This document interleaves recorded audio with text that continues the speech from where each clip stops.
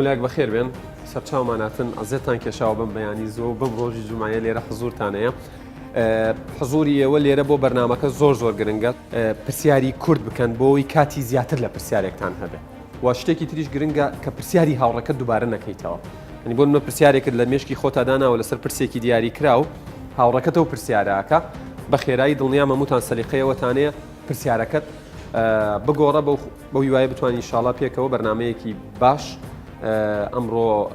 تۆمار بکەین بۆی شەو دابەزێ ئەگەر ئێوە حازرن با بجوڵین بەرەو پاسەکە فەرمووی.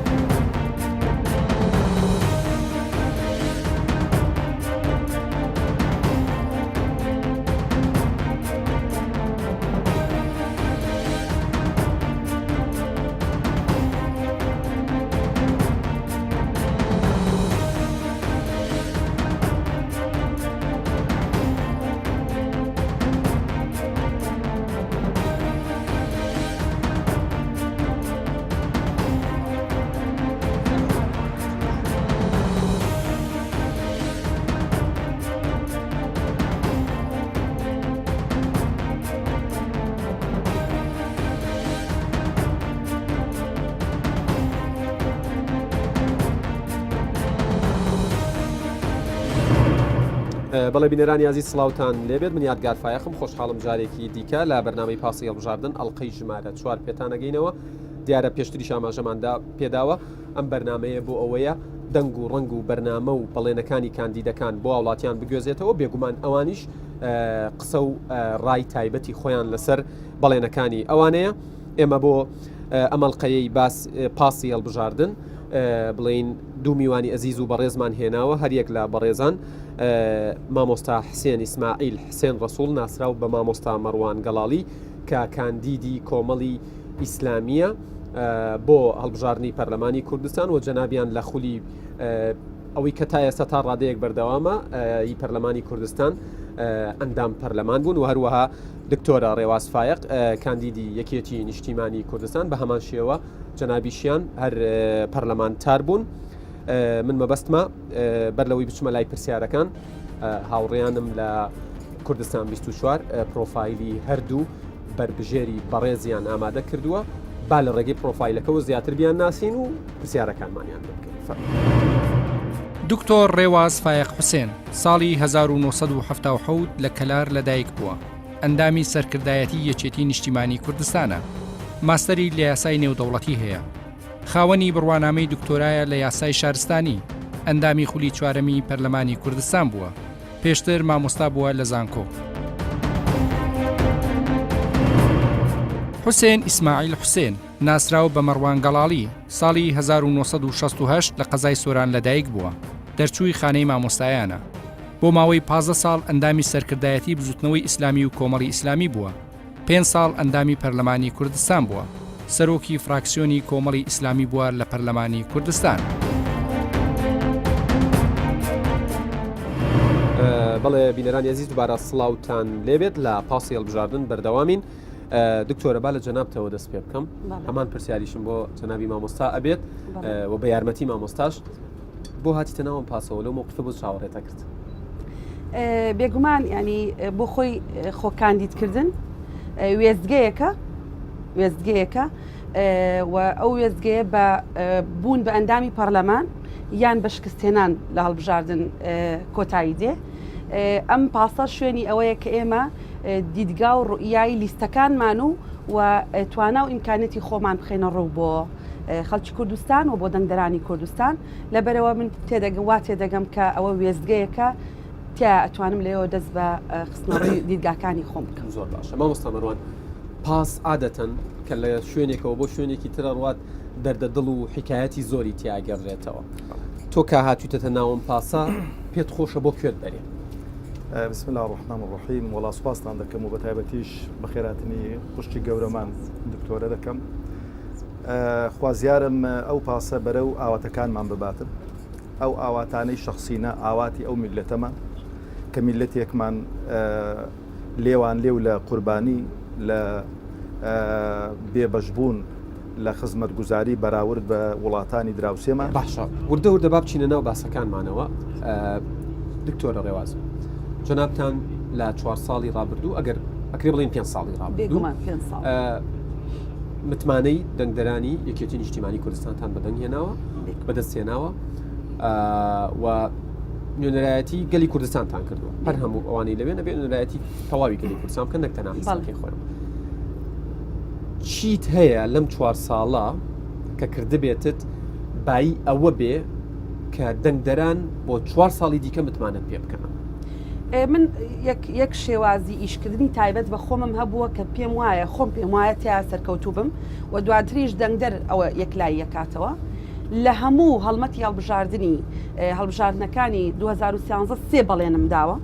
دوو بەڵێنیان لەسەر ئاستی کوردستان بووە بەڵێنێکیان ناوچەیی بووە توانیومیان دوانیان بەجێ بگێنم یەکیکانم نەتوانیوە لەسەر بنەمای ڕاستگۆیی لە بەڵێنەکان جارێکی تر خۆم کاندی دەکەم و دەڕۆمە بەردەمی دەنگدەر سێ بەڵێنەکەش ئەمانە بوون یەکەم لە کارنامەی سیاسی بڵین کارنامەی یەکێتی بۆ هەڵبژاردن بەشە سیاسەکەی هاتبوو کە ئێمە دەمانەیە هەرێمی کوردستان سیستمە سیاسەکەی بەرەو پەرلەمانی تەواو بڕوا ئەمەش بە بابڵین هەموارکردنی هەندێک لەو یاسایانە دەبێت کە لە هەرێمی کوردستانە چکە بەداخەوە ئێمە دەستورمان نییە خۆشبەختانە و بەشایەتی مامۆستا مەروانیش پێش هەموو فراکسیۆنەکانی پەرلەمانی کوردستان لەبەرەوە یەکێک بوو لە بەڵێنەکانی لیستەکە و لیستی ئێمە و یەکێک بوو لە بەڵێنە شخصیەکانی خۆم یەکەم پرۆژە یاسایی هەموارکردنی یاسای سەرۆکایەتی هەرێمی ژمارەیەکی ساڵی 2005 بەدەستی من ئامادەکراوە بەدەستی من نووسراوەوە و براوە بۆ سەرۆکی پەرلەمانی کوردستان و ئیمزای نۆ پەرلەمانتاری یەکێتی و دوو پەرلەمانتاری حیزبەکانی تریشی لەسەر بووە ئەوە بەڵێنێکیانە کە بردوومەتە سەر بەڵێنی دووەمیان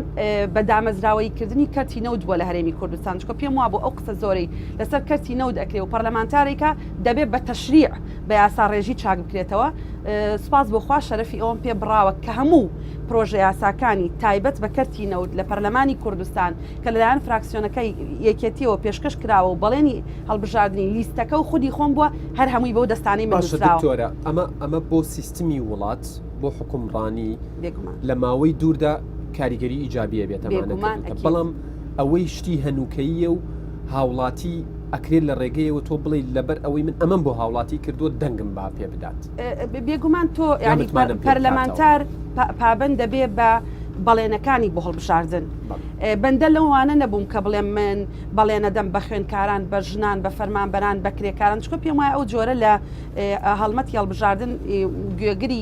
یان دەنگدەری کوردستان لەوە وشیارترە بڕوابەوە بکە یەک پەرلەمانتار بتوانێت ببێ بە سوپەرمان زۆرترین ئیش بکە لەبەرەوە من پابند بووم بە بەڵێنەکانی خۆم دوانیانم بردۆتە سەر و دانەیەکیان ماوە کە نەمتوانی وەبی بەمە سەر ینی ئەوە بووە کە وتومە ئەگەر پرۆژەی بڵین ئاوی خواردنەوە لە ئەو شاری کە من لێی لەدایک بووم زۆر خراپە کە دەربەنی خانە بەڵێنم دابووتم ئەگەر پرۆژە بودجەی یاسای پرۆژە یاسای بودجێ هاتە پەرلەمانی کوردستان و پەرلەمانتاران ڕێگر بوون لەوەی کە پرۆژەی ئاوی دەربەنی خان چاک بکرێ بەڵێن بێ ئاوی خواردنەوەی دەربەنی خان دەبم بۆ پەرلەمانتاران بەڵام بەداخەوە لە ماوەی ئەو 5 ساڵەیە پرۆژە یاسای بودجە نەهاتە پەرلەمان و یەک توانیم یەک شت بکەم ئەویژەوەیە کە لە کۆبوونەوەیکی ئەنجومەنی هەرێمی نەوتوغازە کە لیژنەی نەوتوغاز ئامادەبوون لە پەرلەمان داوام لە سەرۆکی حکوومەت کرد 7 میلیۆن دلار بۆ پرۆژەی ئاوی دەربەنی خان خەرج بکە خۆشبەختانە 5 میلیۆنی خەرج کرد و هیوادارم لە ئایندەیە بتوانین تەواوی پرۆژەکە بگەینین مامۆستا هەمان پرسیار یعنی کاری پەرلەمانتاریتان لە 4 ساڵی ڕابردوودا لە 5 ساڵی ڕابردوودا بایی ئەوەیە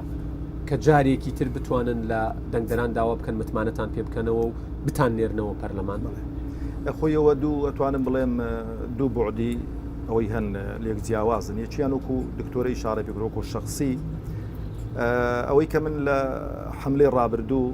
وعدێکمدا چکە هەندێک لێرەش وەکو دڵسۆزانە بەو کاندیدانە دەڵێم کە تازن وعد و بەڵێن نەدەن چونکە پەرلەمانی کوردستان دەستگای خێرخوازی نییە بەڵام لەگەڵەوەشدا کە وعدێکمدا بۆ ئەوانەی کە پرۆسەی هاوسەرگیری پێکدێنن لەسەر موچەی خۆمان هاوکاریان بکەین یعنی خۆشبەختانە هەر شەش ئەنداممان هاوکاری ئەو برای خۆیان بوون هەتاوەکو موچەمان دارێکی لە ڕوحی نەدرا بێجگە لەو پارێک کە دەجمان جێراوە بۆ حزب هاوکاری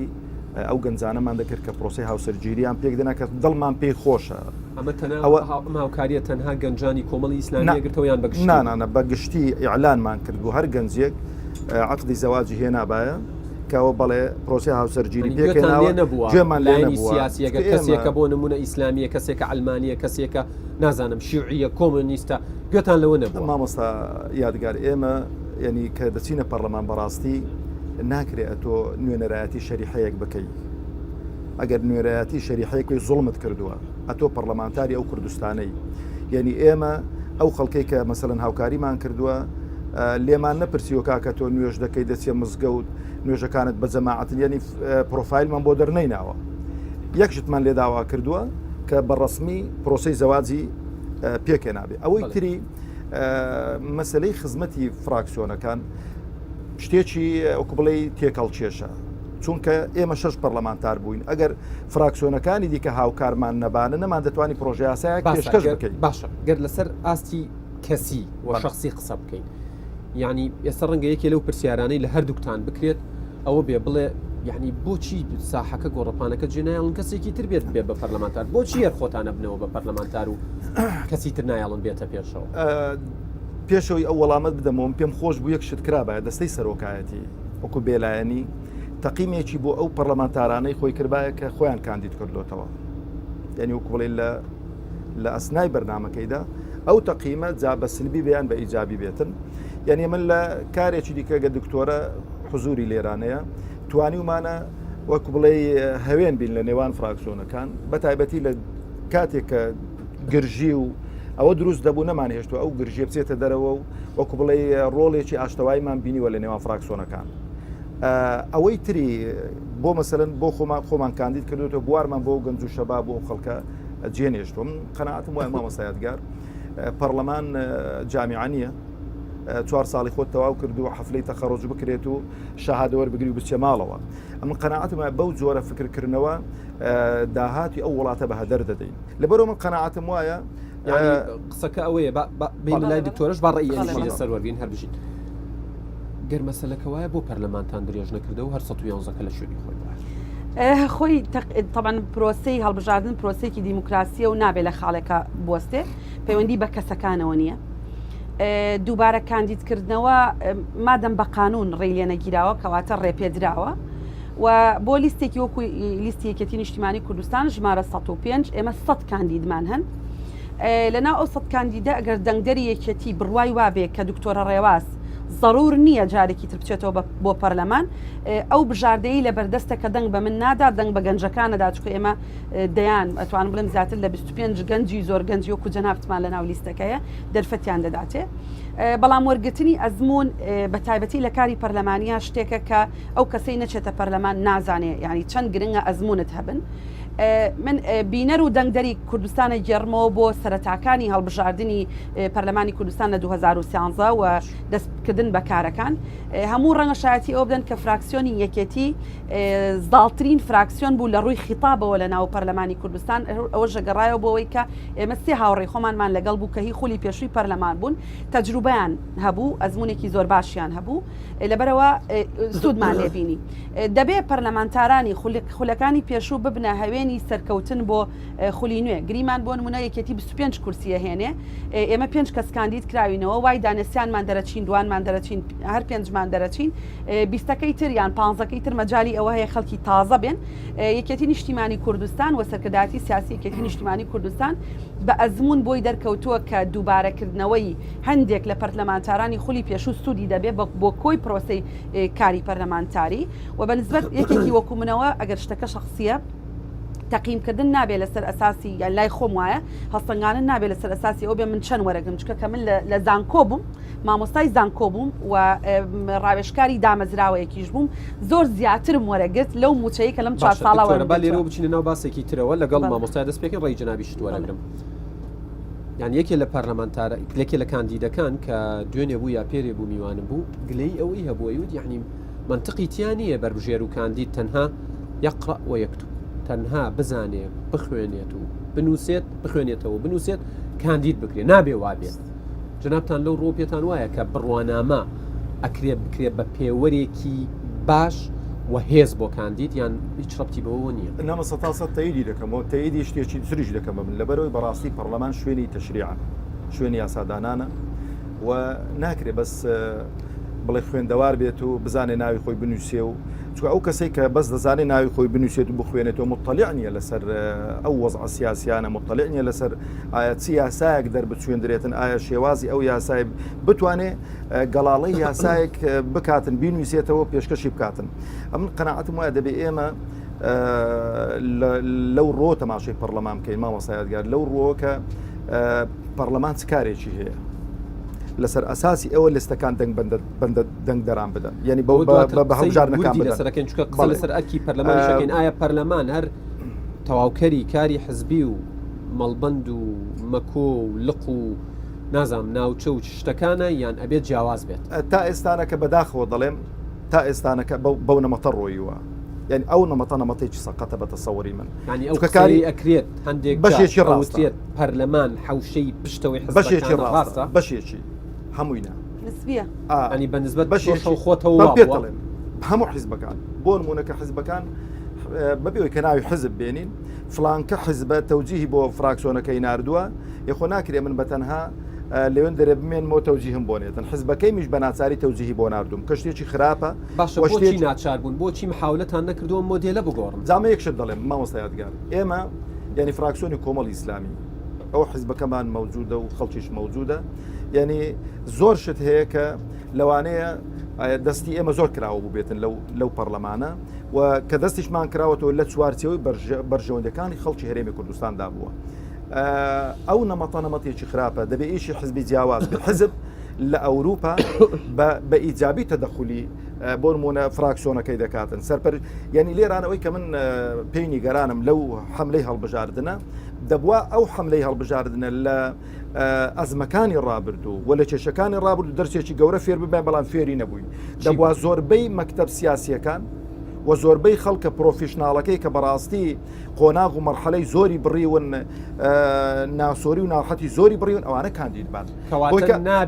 نابێت گەنجەکان لە ئێستاە کاندید بکرێن بەڵکو ئەبێ خۆیان پێ بگەێنن ئەجا کاندید بکرێن بۆی بێنە ناو پەرلەمانەوە ناڵێم ئێمە گەنج ناکرێت بەس لەبەرەوەی کە گەنجە کاندیدیکەی بەڵام زۆر گەنج هەیە لەو کوردستانی لە هەموو حیزبەکان توانا و تاقەی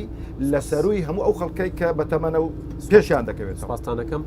باو کاکانە شەر بێدەنگدانە نیشن یەک کۆمنتمە بێ لەسەر مەسلەی بڕوانامە پەرلەمانی کوردستان ینی شوێنێکە کە ئەبێ و کەسانەی لەوێن جگە لەوەی نوێنەرایەتی چین و توێژەکانەکەن هەندێک ئیمکانیات و کەفاعاتی شخصی خۆیان هەبێ لێ هاتووی شخصیان هەبێ بڕوانامە گرنگە بەڵام ناکرێ ینی بۆ فەرزیکەی ئیلا دەبێ بڕوانامەیەکی بەرزی هەبێ یا بۆ نمونە بەکالۆریۆسی هەبێ اینجا دەتوانێت بێتە پەرلەمان ئەتوانین بڵین بۆ نمونە لە 1970 ئەوانەی کە دەردەچن بۆ پەرلەمانی کوردستان مەرجە بڕوانامەیان هەبێ ینی طریقەیەکدا بنرێ چکە کرێکارانیش دووتیارانیش ژنانی ماڵەوە شەقی خۆیانە نوێنەرایەتیان هەبێ لە کاتێکی باش بوو منیش بیرم کەوتەوە سکرینم کردووە بەڕێزێک پۆستێکی کردووە لە فەیسبوک دوێنێ ئەڵێ کاندیدێک 3 ساڵە لە پۆلیسی ناوەندی دەرنەچووە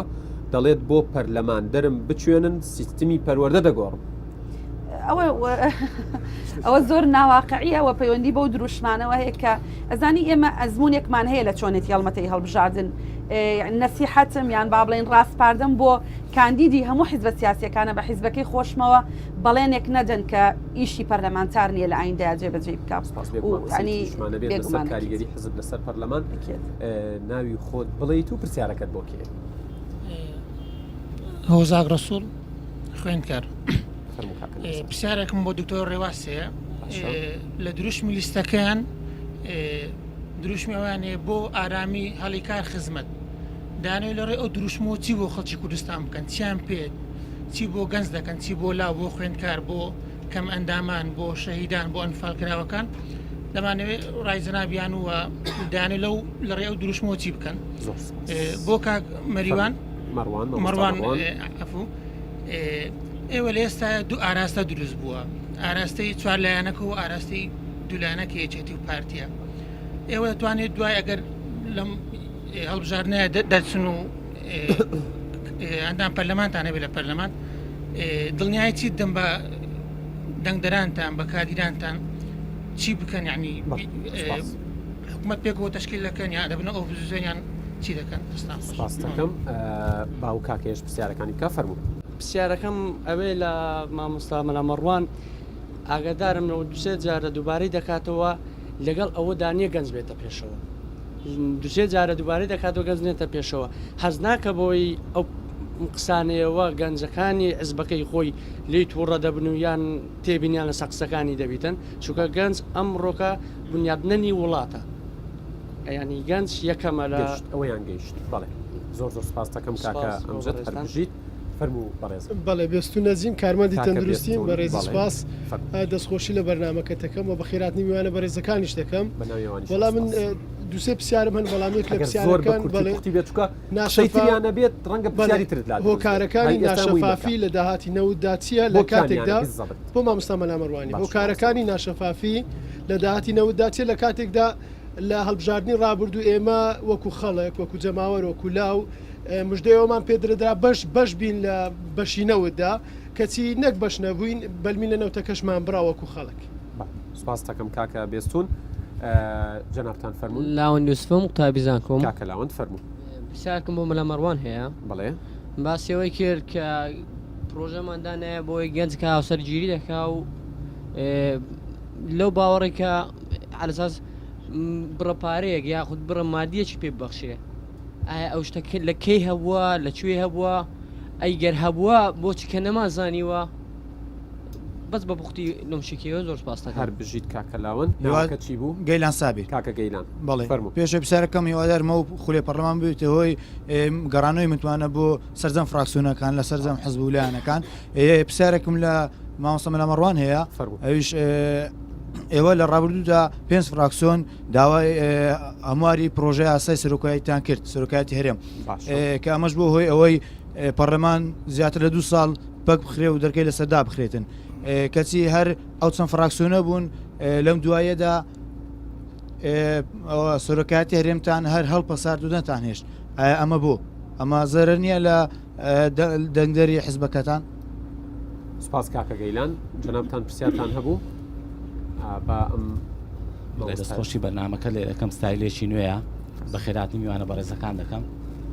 پرسیارێک بۆ مامۆستا مەڕوان جەنابتان ناوتان چی عەبدولقەهار محەممەد فەرموو کاکە عەبدولقەهار مامۆستا بۆ بەشداری ڕیفراندۆمتان نەکرد و یاریگا بە یاریگا ڕێکلامتان بۆی نەکرد پرسیاری دووەم بە کورتی لە پەرلەمانی کوردستان یاسای تیرۆر تێپەڕێنرا تەنها ئێوە دژی بوون و لە کاتێکدا ڕۆژنامە نووسان و قەڵەم بەدەستانی تیرۆر دەکرێن پرسیارێک بۆ دکتۆرە ڕێواز ئەگەر تەمەشا بکەی لەسەر پۆستەر و لافیتەی کاندیدە نوێەکان لەگە ڕێزم بۆ ئێوە بەشێکی زۆر لە کاندیدەکان بەڵێن وعدی ئاوا دەدەن کە لە 27 ساڵی ڕابردوو چەند کابینە نەیتوانیوە جێبەجێ بکاتن پێتانوانیە ئەو ڕەنگە کاندیدی سەرۆکی حکوومەت بن بەڵێ ڕەنگە کاندید بن بۆ سەرۆکایەتی حکوومەت شتێکی دیارە بە هەڵە تێگەیشتون پاستەکەم کاک عەبدولقەهار سێ پرسیاریش بوو بۆی کاتی وەڵامدانەوە شیانە بێ فەرموو ڕاوێش ئەوەی زانکۆ خوێنکاری زانکۆ پرسیارێکم لە دکتۆرە هەیە عەفو ناوی جەنابتان کاکە ڕاوێش فەرموو کاکە ڕاوێش دکتۆرەکە ئەوەگی لە دوژمەکانی حەزبەکەت هەلی کارە لۆ گەنجان ئەوەی تۆ پلانی تۆ ئەوەی تۆ پلانی تۆ چ بۆ هەلی کار بۆ گەنجان بۆ ئەو خوێنکارانی کە ئەو خڵازەکەن زانکۆ خڵازەکەن لە یەکێک لە دام دەستگەکان ئەوکوات ئەوە بکرێن تامەوەزرێن هەر بژیت کاکە ڕاوێش با لە کاکە ڕاوێژەوە دەست پێ بکەین دکتۆرە ئەوەی کاک ڕاوێژ و کاک هۆزاک ڕەب دەکەم بەیەکەوە هەڵمەتی هەڵبژاردننی ئەم جارەی یەکەتی نیشتیمانی کوردستان جیایە لە هێزە سیاسەکانی تر و ڕەنگە جۆرێکیش بێت لە دابڕان لە شێواسی هەڵمەتی هەڵبژاردننی خودی یەکەتی نیشتیمانی کوردستان لە خولەکانی تری هەڵبژاردننی پەرلەمانی کوردستانە بەرهەم و با بڵێن کۆکراوەی دیراسەکردنێکی باشی خواست و پێداویستەکانی خەڵکی کوردستانە و خۆپاراستنە لەوەی کە بەڵێنی گەورە بدرێ بە خەڵک و دواتر خەڵک بێئومێد بکرێ و خۆپاراستنە لەوەی کە جۆرێک لە هەستیاری و بەریەکەوتن لە ئایندا لە نێوان هێزە سیاسەکانە دروست کرێ بە جۆرێک کە نەتوانین خزمەتی خەڵکی کوردستان بکەین بۆیە ئێمە بەڵێنەکانمان ئارامی هەلی کار خزمەتە ئەگەر دەرفەتە بێ یەکێک ینی لە ماوەیەکی زۆر کوتا شەرحیانەکەم ئارامی بە تەنها ئارامی سیاسی نیە ئارامی کۆمەڵایەتیە و دروستکردنی لە جۆرێک لە ئارامیەکە هێزە سیاسیەکان و دەنگدەری هێزە سیاسیەکان و تەنانەت ئەوانەشی کە ڕەنگە بایکۆتی هەڵمەتی هەڵبژاردن بکەن جۆرێک لە ئارامی دەرونیان هەبێ و یەکتریان قبول بێ و ئارامیکی سیاسی ئەو تۆش بەرقەرار ببێ کە بتوانین دوو دروشمەکەی تر لە سایە جێبەجێ بکەین چکە ئێمە بە ئەزمون بۆمان دەرکەوتۆ بە تایبەتی لەو ناوچەیە کە لە ڕابردووە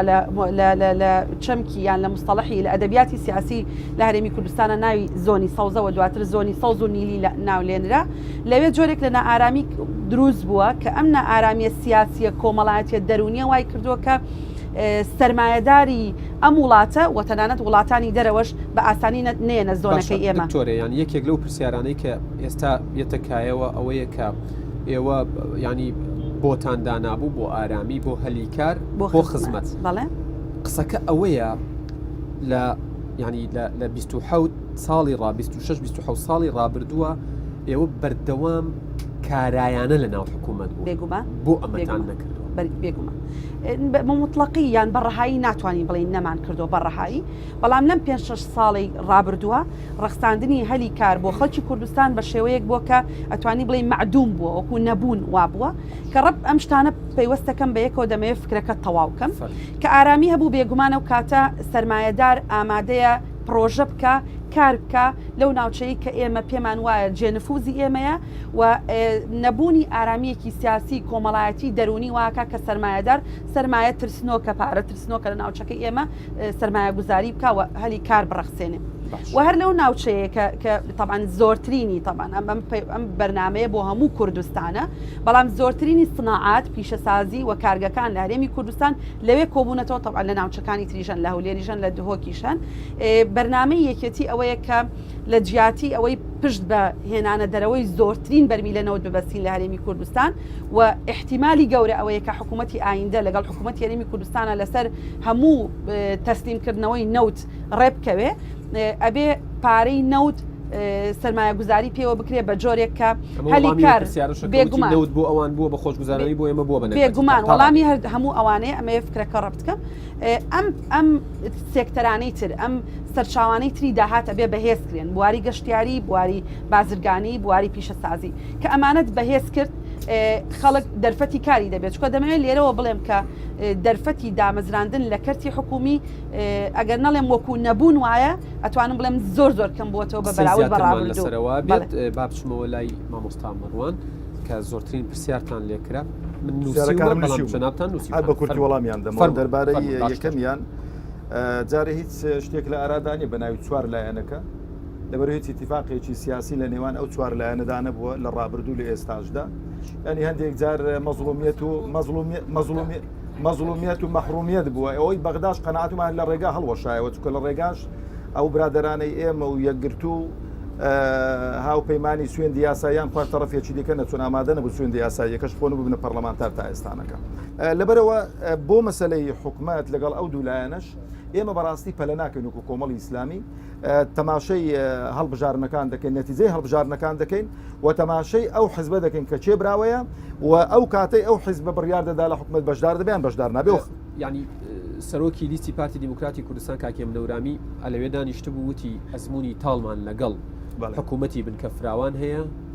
ناچینەوە ناو ئەو یاریە ئێمەش ئامادەنین لە هیچ حکوومەتێکی کۆکو میوان بەشدار بین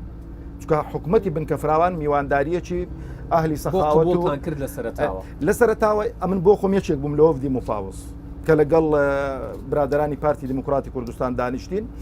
بە سەرۆکاتی زۆر بەڕێز کاگنێ چیروان بارزانی کە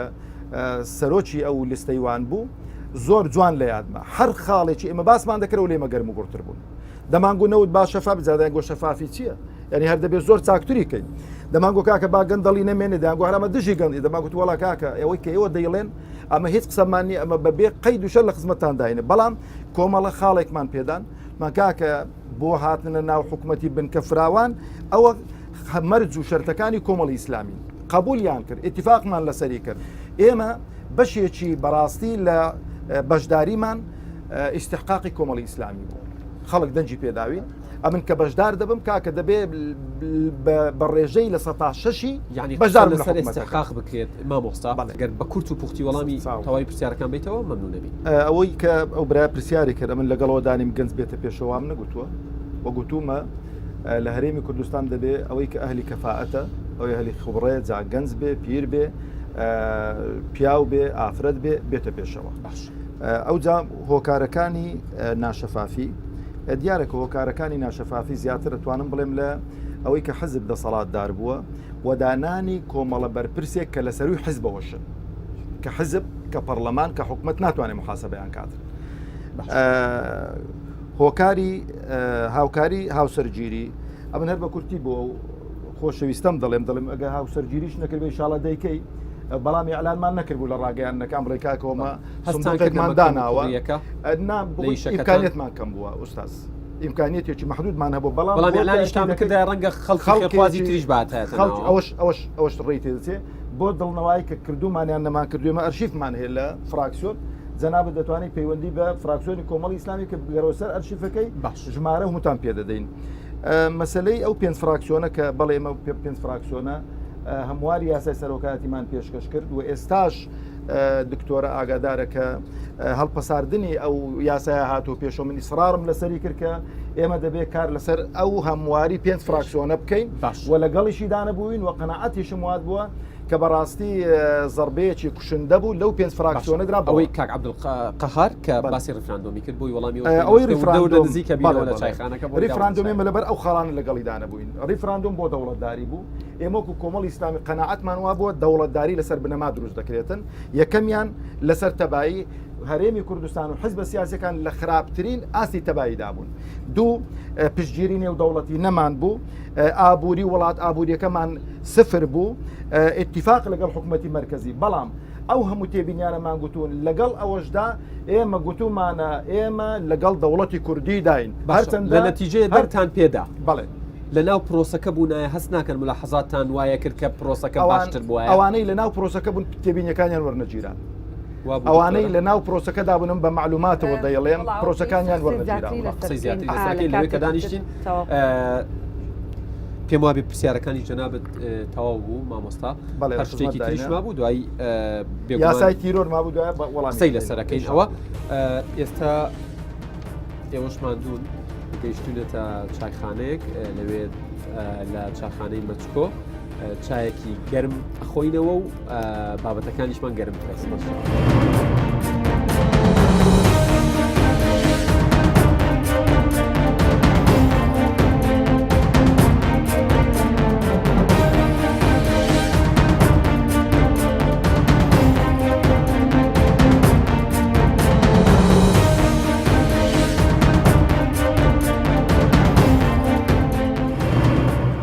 بکەین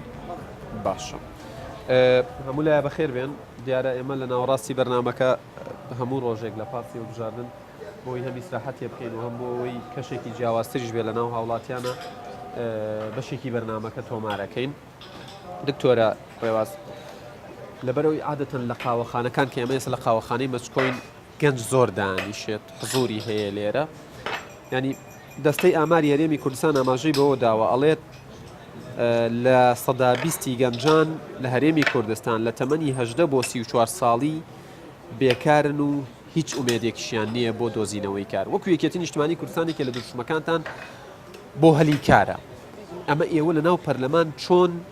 ئەیخەنە بواری جێبەجێکردنەوە کە بە ئەنجام لێ بێنە دەرەوە و تەنها دروشم و قسە نەبێ یەکێتی نیشتمانی کوردستان ئێستا بەشێکە لە حکوومەت و لە ڕوانگەی ئەو زانیاریانەی کە هەمانە لەسەر پلانەکانی حکوومەت و لەسەر توانای حکوومەت ڕوون بۆتەوە بۆمان کە پرۆسەی دامەزراندنی گەنجانی کوردستان لە کەرتی گشتی تا ڕادەیەکی زۆر ناتوانێت ئەو بێکاری کە ئێستا ناو گەنجانە هەیە پڕی بکاتەوە یعنی ئەو بەدڵنیاییەوە ئەوە شتێکە یەکلایی بووەتەوە بە دلیلی ئەوەی کە ساڵان کە خەڵک تەخەڕوجێکرد ڕاستەخۆ دادەمەزرا ئەتوانی بڵێ 6 ساڵە بە تەواوەتی کەس زۆر بە کەمی خەڵک دامەزرێ ئەبێ بیر لە بەدیل بکەیتەوە بیر لە چارەسەر بکەیتەوە چارەسەر ئەوەیە کە ئەوەی کە دامەزراوە بە پارەی نەوت موچەوەرەگرێ و دەرکەوت پارەی نەوت بە تەنها ناتوانێت ببێتە فاکتەرێک بۆ دۆزینەوەی کار بۆ هەمووانی کە پێویستیان بەکارە لەبەرەوە بێ بوارێکی تر یان شێوازێکی تری دۆزینەوەی هەلی کار بدۆزینەوە بە تایبەتی کە حکوومەت پابەندە بەوەی کار بۆ هەموو کەسێک بدۆزێتەوە ینی پابەندە بەوەی پلانی هەبێ بۆ دۆزینەوەی کار ناکەی ئەمە ینی بارگرانیەکی زۆر لەسەر حکوومەت دروستەکە کە کار بۆ هەموو کەسێک بدۆزێتەوە وتم ینی تەوزیحم کرد کە لە ڕووی واقعیەوە بەڵێندانی هەر هێزێکی سیاسی بەوەی کە هەموو ئەوانەی شایستەی دامەزراندن و بڕوانامەیان هەیە و یان بێکارن دادەمەزرێ بەڵێنێکی ئینتیخابیە بنەماکەی درۆیە هیچ هێزێکی سیاسی ناتوانێت ئەو بەڵێنە بە خەڵک بدا بە تایبەتی کە ژمارەی ئەوانەی بێکارن تەسەوری من وایە لە 120 زیاترە ئەوەی کە بڵاو بۆتەوە بۆیە ئەو گەنجانەی لە نێوان 18 بۆ 34 ساڵی دەبێت بەست ئەوانە بێ ئێستا ئێمە 2000 کارگەی لە کارکەوتومان لە هەرێمی کوردستانە هەیە و ئەوەی ئێمە گوێمان لە خەڵکی خۆمانە بێ بەشێک دەڵێ دەبێت دابمەزرێن بەڵام بەشێکی زۆر گەیشتۆتە ئەو باوەڕێی کە بە خوێندنەوە بۆ واقعاڵێ ئەگەر دامنامەزرێنی شوێنێکی ترم بۆ بدۆزەرەوە بۆی کاری تیا بکەم. سوپاس دکتۆرە تا لەگەڵ مامۆستای قساکەین تۆزێک چاکە بخۆرەوە تۆش مامۆستا مەڕوان قسە لەسەر ئەوە هەیە کە کاندیدەکانی ئێوە کەم گەنجیتیایە بۆچی؟ کاک مامۆستا دکات ئەمی شێشتا هەر گەنجم تەماشای ڕیشم بووە ئەتوانم بڵێم لیستی کۆمەڵ ئیسلامی بەشێکی زۆری گەنجە هەم لە گەنجانمان بۆ نمونێستانەکە کە تەماشای فراکسیۆنی کۆمەڵی ئیسلامیکەی 6 کەسی یعنی بێتەمەندترین پەرلەمانتار فراکسیۆنەکەی کۆمەڵی ئیسلامیەکە مامۆستا ئەیوبە ساڵە تەمەنی لە 23 بەسەرەوەیە 23-24 تاکید نیمە بەڵام کەمترین تەمەنی 25 ساڵ ئەوە نەبووە مهم گچکەترین ئەوەیە ناوچە گچکەترین پەرلەمانتارە لە پەرلەمانی کوردستان ئەوجا لای ئێمە بەڕاستی بە یەکسانی بوار بۆ هەموو لای خۆش دەکرێت بۆ گەنج بۆ ئافرەتان بۆ ئەوانەی کە مەسەڵەن 40 ساڵیان تێپەڕاندووە کەفاعەتەکە دەوەرە دەبینێتن و بە تایبەتیش ئەمڕۆ کە هەڵبژارنەکان بوون بە بەشێکی مەسەلەی کۆمەڵایەتیە یعنی ئەو خەڵکێک کە ئەکتیو بۆ ئەو خەڵکێک کە تێکەڵاوە لەگەڵ پرسە کۆمەڵایەتیەکان و لەگەڵ خەڵک زیاتر ئەتوانم بڵێم بواری گەیشتن بە پەرلەمانیان بۆ ڕەخساوە. باشە بەنسبەت ینی لقەکەی تری پرسیارەکەمەوە بۆچی هێندەی خەریکی ململانی حزبی بوون لە ناو پەرلەمان باسی کۆمەڵ ناکەم تەواوی فراکسیۆنەکان هێندە بیرتان لەوە نەکردوێتەوە تەبابن پێکەوە بە ئەنجامێک لە بابەتێکی دیاریکرا و بێنە دەرەوە خۆی دەبێت لێرە یەک شت بوو ژێندرێتن ئایا ئەو کێشانەی کە دروست بوون بالفعل لەسەر کێشەی حزبی بوون یان لەسەر ئەوە بووە کە یاسا شوێنی نەکرێتن لە پەرلەمانی کوردستان بە تەسەوری ئێمە فراکسیۆنی کۆمەڵی ئیسلامی ئەگەر تەماشای تەمەنی پەرلەمانکەی لە ساڵی یەکەم بەڵێ لە خودی هەڵبژاردننی دەستی سەرۆکایەتی کێشەیەکە و بەڵام دوای دەستی سەرۆکایەتی تەبایەک لە نێوان فراکسیۆنەکان هەبوو بۆ درێژەی نەخایەن لەبەرەوە درێژەی نەخایەن ئێمە هاتین تاوەکو تەمەنی سەرۆکی هەرێم کۆتایی هات لە ڕووی یاساییەوە ئەو یاسایە فراکسیۆنەکان بەعام لە مابینی دوو خیاردا بوون ئایا چاو بنوقێن و باسی نەکەن و ئەوکو کوردەواری خۆمان دەڵێ دیزە بە دەرخۆنەی لێ بکەن ئەو کاتەی ئێوە و هەموو ڕاگەیاندن و هەموو خەڵک بۆی هەیە بۆ بێتن یەخەمان بگرێت کاکە ئێوە ئیشتانچی یاسایەک بەسەر چووە ئێوە خۆتان لێ بێدەن کردووە ئێمە باسی ئەشخاص ناکەین یاسا لای ئێمە وەکو بڵێ میحوەرە و قسە لەو بابەتە دەکەین ئێمە ئەو یاسایە دوو بژارمان لە پێش بوو یانەوەتە ئەو یاسایە جارێکی دیکە درێژ بکەینەوە کە خودی بەڕێز سەرۆکی هەرێمە و کاتە پێی ڕازی نەبوو و ڕەخنەشی هەبوو لە ئەو 2 ساڵی ڕابرد و درێژ کرا لە بەری گوتمان تووشی هەمان ڕەخنەی نەکەینەوە ئێمە دەستمان بۆ هەمواری ئەو یاسا بر ئەو سیراع حزبیە لەوێن دەرێتەوە بووەوە. سوپاس مامۆستا ئەگەر ئەم بەڕێزانەی لێرەن پرسیارێکی دیاریکراویان هەیە ئەتوانن بە کورتی بیگەێنن وەکاری پاشەکەوتی موچەی فەرمانبەران چی بوو بۆچی تا ئێستا چارەسەر نەکراوە کە بەشە بودجەیەکی لە حکوومەتی عێراق وەرەگرین و هەروەها نۆتیش ئەو کاتێک کە پاشەکەوت کرا ڕێژەی نزم بوو بەڵام ئێستا بەرز بوو من وەڵامەکەم دکتۆرە جەنابتان وەڵام بنەوە جارێ و کاتێک کە بڕیاری پاشەکەوتی موچە دراو کاتە بوو کە دەرگای پەرلەمانی کوردستان داخرا بوو و بە ڕەزامەندی و بە پەسەندکردنی پەرلەمانی کوردستان نەبووە کە دەستکاری موچەی خەڵکی کوردستان کراوە و پاشەکەوتی موچە هەر کەسێک کردبێتی کە حکوومەتی هەرێمی کوردستان کردوێتی پێشێلکارێکی ڕاستەوخۆی یاسابەرکارەکانی هەرێمی کوردستانە باشە کە حکوومەت کردوێتی وەکو یەکێتی نیشتیمانی کوردستانەوە تیان ئەمیزڵێمە بایەوە ئینسافم هەیە کە کە حیزبەکەی ئێمەش بەشێک بووە لەوە حکوومەتە باش بەڵام بۆ ئەو کاتە بۆ ئێستەنە دوو بژاردە هەبووە لە نێوان ڕاگەاندنی مایەپوچی حکوومەتی هەرێمی کوردستان و کەوتنی حکوومەتی هەرێمی کوردستان و لە نێوان باڵین پاشەکەوتکردنی موچەی خەڵک کە هەردووکیان دوو بژاردەی خراپ و تااقەت پرۆکێن بوون بۆ خەڵکی کوردستان حکوومەت ڕاوێژی بە پەرلەمان نەکردووە و بڕیارەکەی لە پەرلەمانەوە نەگرتووە بڕیارەکەی داوە ئێستا بۆ لا نابرێ من ئەمێ باسی ئەوە بکەم ئەو داهاتی ئێستا لە هەرێمی کوردستان هەیە بەشی ئەوواکە کە پاشەکەوتی موچەی پێلا ببرێت بەشێواکە بەڵێ بەشەکە بەڵام بڕێک لەو پارەیە کە من تەسەورەکەم لە 200 میلیۆن دلار زیاترە بۆ حساباتانی کە ئەیکەین و کاتێ سعری بەرمیلێک نەوت لەگەڵ بازار و ئەوە بەراورد دەکەین هەمیشاڵەن نزیکەی زیاتر لە 200 میلیۆن دلار دەدرێتەوە بە قەرز ئەزانی ئەمە قەرزە هەر کۆتایی نەهات با پرسیار لەسەرەوە بکەم ئێمە یاسای یاسای ڕاکێشانی مایەبانەیە قەرز کە حکوومەت هەرێمی کوردستان ئیکا لە یاساکە هاتۆ کە من خۆم دەنگم بەو یاسایانەدا و بڕواشم پێی نییە کە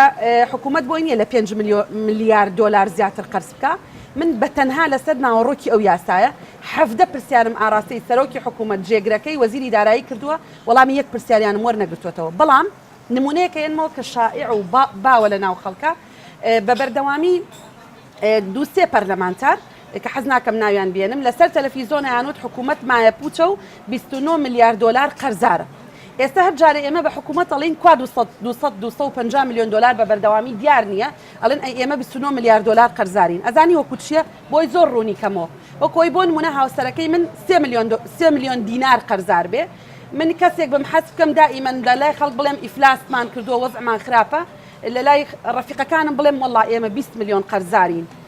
مێردەکەشم گوێی لێیە بە بەردەوامی گوێی لەو قسەی منە کە درۆشە بە بەردەوامی گوێی لێیە بۆ نمونە ئەگەر موچەی ماغانەی میلیۆنێک بێ 500,000 بێنێتەوە من بڵێم بۆ 500ەکەی تر نانێتەوە ئەڵێ ئەی من 20 میلیۆن قەرزارم ئەڵم کەی 20 میلیۆنە 3 میلیۆنە ئەڵێ تۆ بە بەردەوامی ناڵی 20 میلیۆنە ئێستا حکوومەت حجەتێکی بەدەستەوەیە کە گوایە 29 میلیارد دلار قەرزارە و من دڵنیایە هەموو خەڵکی کوردستانەکەم حکوومەت یاریمی کوردستان 10 میلیارد دلاریش قەرزار نییە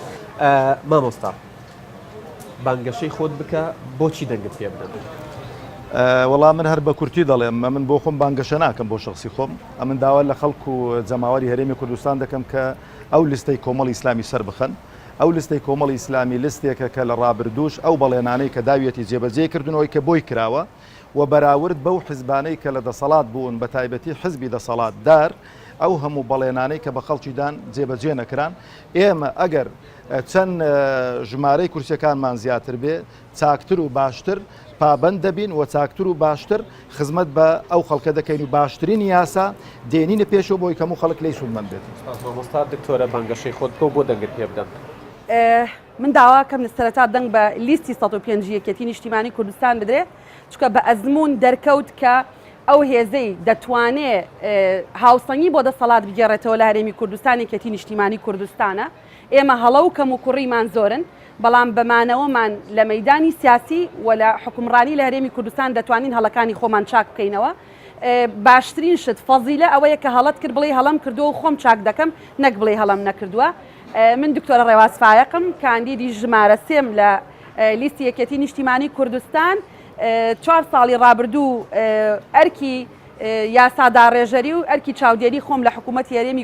چاودێری حکوومەت یاریمی کوردستان بەجێگەیانوە داواتان لێ یەکەم ئەگەر پێتان وایە من کاندیدێکم دەتوانم خزمەتی زیاتر بکەم پرۆژە تەواو نەکراوەکانم تەواو بکەن دەنگم پێ بدەن سوپاس ئەگەر چای دیکە ناخۆنەوە با بجوڵین بۆ ناو پاسەکە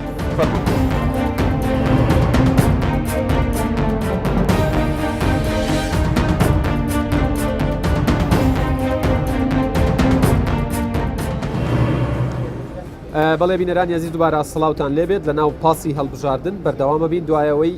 چایەکی خۆشمان خواردەوە مامۆستا مەڕوان بێمەوە لای جەنابتان ینی سەبارەت بە حزور و بوونتان لە ناو حکوومەت ئەنی قسە لەسەرەوە هەکرێت ئێوە حزورتان هەبووە و وەزیرەکەتان جەنابی مامۆستا عەبدولستار مەجید حزورێکی کارایی هەبووە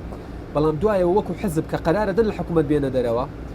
و ئەکات وەزیرەکەشتان دەستبەرداری ئەو ئەدا باشەی بێ کە کردوێتی و پێشکەشی کردووە لەم ڕۆوە ئێوە چیاڵن جارێ ئێمە مامۆستاگەر مەسلەی بوونی ئێمە لە ناو حکوومەت بە شاهێدی سەرۆکی حکوومەت جێگیری سەرۆکی حکوومەت هەموو خەڵکی هەرێمی کوردستان ئەتوانم بڵێم ئەکتیڤترین وەزارەت ئەو وەزارەتە بووە لە بێدەسەڵات نەبوو بێدەسەڵات نەبووە بڵێم وڵات دەسەڵاتی نەبووە من چەندان جار مامۆستا عەبدولستار گوتی دەستمان کراوەتەوە بۆ ئیشکردن واتە حزوورتان لە نێوان کەوانەیە کە حزوورێکی کارتۆنی نەبوو لە حزوورێکی کارتۆنی بۆکو وەزیر باش بەڵام ئەو وەزارەتە یعنی هیچ دەعمێکی مادی بۆ نەکراوە بۆ نمونە کۆمەڵە پرۆژەیەکی بۆ ئەو پرۆژانە بە تایبەتی بۆ دروستکردنی بەنداو قەیران و شتەکە کاریگەری لەسەرەوە نەبوو کە بەو شێوەیە بێت یعنی واز ناکەن پەلەتان کرد کە لە مامۆستاداتنە دەرەوە مامۆستا یادگارە مک خۆم قەناعەتم نییە قەیران هەبێت لە هەرێمی کوردستان دکتۆراڵی ئێمە قەناعەتمان نییە حکوومەت لە قەیرانە بوو بێت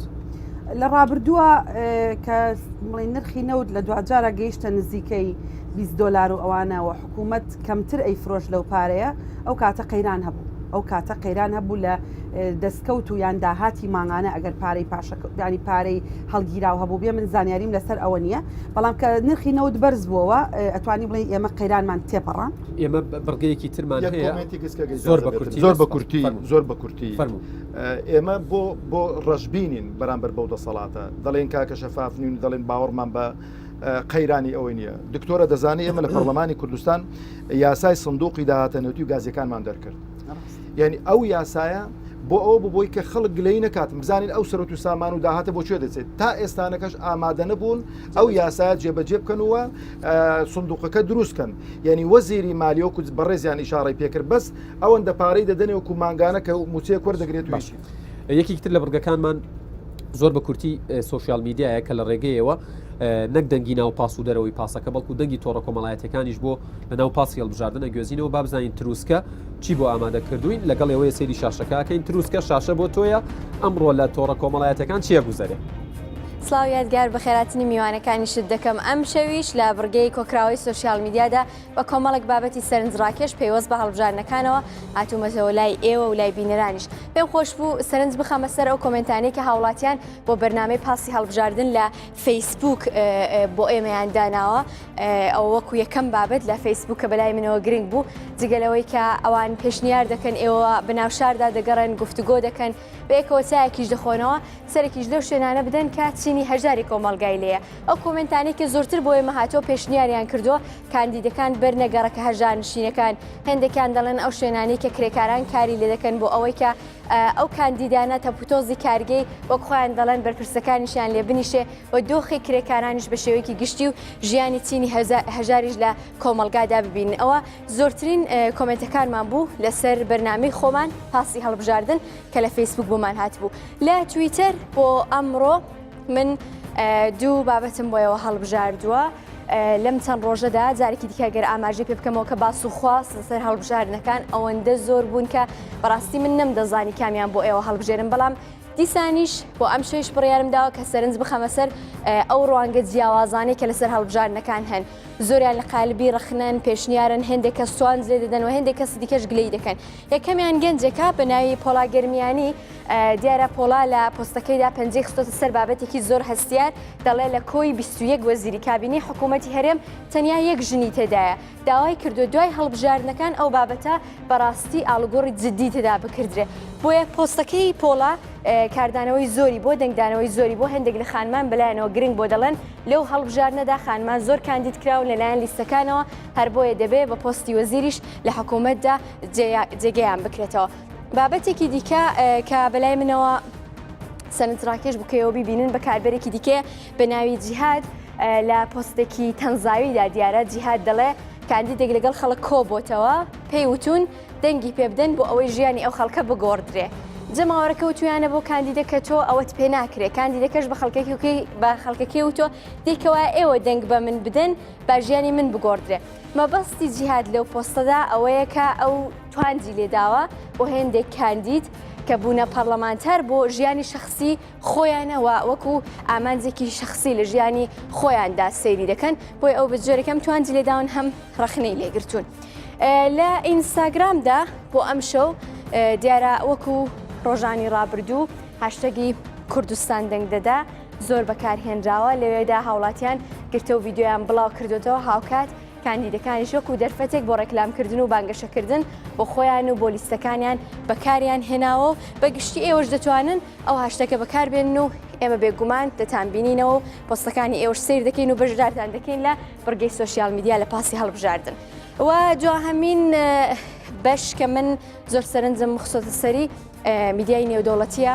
لەوێدا میدیای جیهانی هیچ ڕۆژێک نەبووە کە بابەتێک بە شێوەیەکی گشتی یادگار لەسەر هەرێمی کوردستان و بە تایبەتیش لەسەر هەڵبژاردننی پەرلەمانی کوردستان نەبوو بێ بۆیەوە بابەتەم هەڵبژاردووە ئەنستیتوی واشنگتن بە ناونیشانی هێز لە دیالۆگدا نمونەی بە پەرلەمانی کوردستان و هەڵبژاردنەکانی سی ئەیلول هێناوەتەوە و سەرنجی خستۆتە سەر تەوەرێکی گرنگ باز لەوە دەکات کە دەبێت لە کوردستاندا هەوڵی چارەسەرکردن بدرێت جگەلەوەی کە چەند ڕێکارێکشی پێشنیار کردووە بۆ ئەوەی کە زیاتر بەدامەزراوەیکردنی کوردستان بگرێتە خۆی و هەروەها یەکخستنەوەی جومگەی سیاسی و کۆمەڵایەتی و بەرگریەکانی کوردستان بۆ ئەوەی کە هەستی متمانەی زیاتر لە نێو نخبە و هاوڵاتی و سیاسەکانی کوردستان پەرە پێ بدرێت و ئەوەش ببێتە دەرفەتێک بۆ بەهێزتربوونی پێگەی کوردستان لە ناوچەکەدا ئەوە بەلایمنەوە گرنگترین بابەت بوو ئەنستیتوی واشنگتن داینابوو سەبارەت بە هەڵبژاردنەکان بەڵام بۆ ئەم شەو لە پرۆگرامی سوۆسیال میدیادا کۆتایی بە بابەتەکانم هات بەڵام دەمێت جارێکی دیکە بیربێنەران بخەمەوە کە دەتوانن هاشتەگی کوردستان ڤۆت کوردستان دەنگدەدا بەکاربێنن ئێمە دەتان بینینەوە لە کوردستان 24 و لەم بڕگەیەدا بەتایبەتی بۆ بەشداردان دەکەین لە بەرنامەی پاسی هەڵبژاردن دەگەڕێمەوە لایەوە. بەڵێ دروستکە ماندوو نەبی دەستخۆش سوپاس بۆ گواستنەوەی ئەوەی لە تۆڕە کۆمەڵایەتیەکان ئەگوزارێت من لێرە بەرنامەکەم بەردەوامەکەم لەگەڵ هەردوو بەڕێزان مامۆستا مەڕوان و دکتۆرە ڕێواز. دکتۆرە بەڕێز دکتۆر جەنابی دکتۆر بەرهەم ئەحمەد ساڵح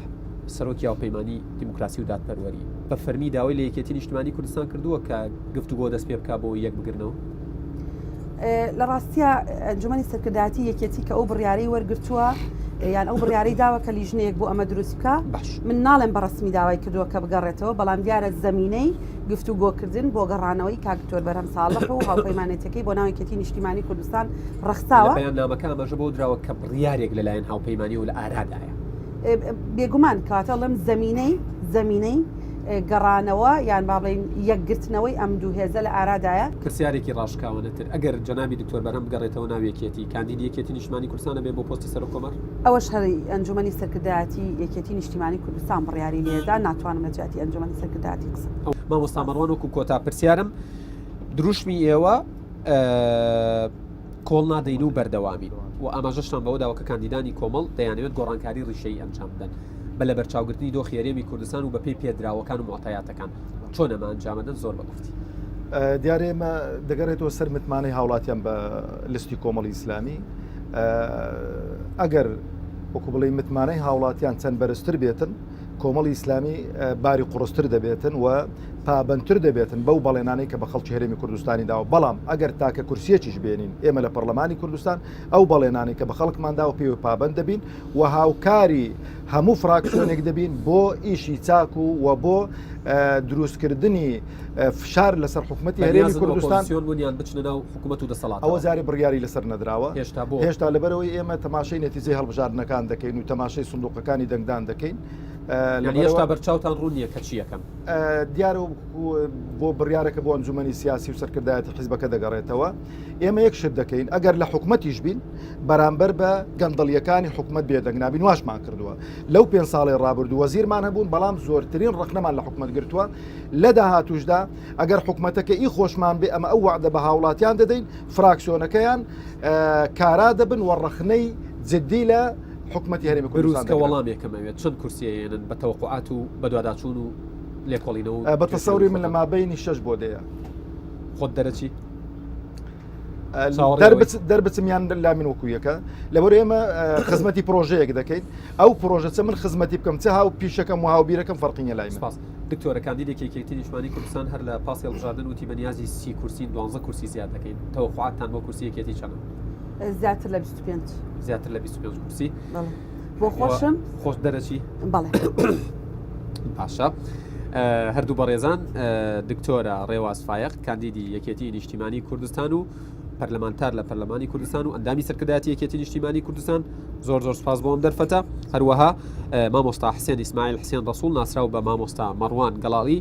کە سەرۆکی فراکسیۆنی کۆمەڵی ئیسلامی بۆ لە پەرلەمانی کوردستان و کاندیدی کۆمەڵی ئیسلامیە بۆ پەرلەمانی کوردستان. سوپاس بۆ جەنابیشتان مادوو نەبن سوپاس بۆ هاوڕێیانە زۆر داوای لێبوردنەکەم ئەگەر پرسیارێکتان کردبێت وەڵامم وەرنەگرت بەڵام لە بەرنامەکانی دیکە کاندیدی هەمان ئەم لایەنانە یەکێتی کۆمەڵە هێنینەوە بەڵێن ئێوە دەمێەوە پرسیارانت بگەێنم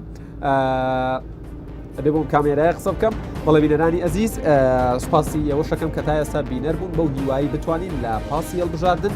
دەنگ و ڕەنگی ڕاستەقینە و پیشەیانەی ئێوە بین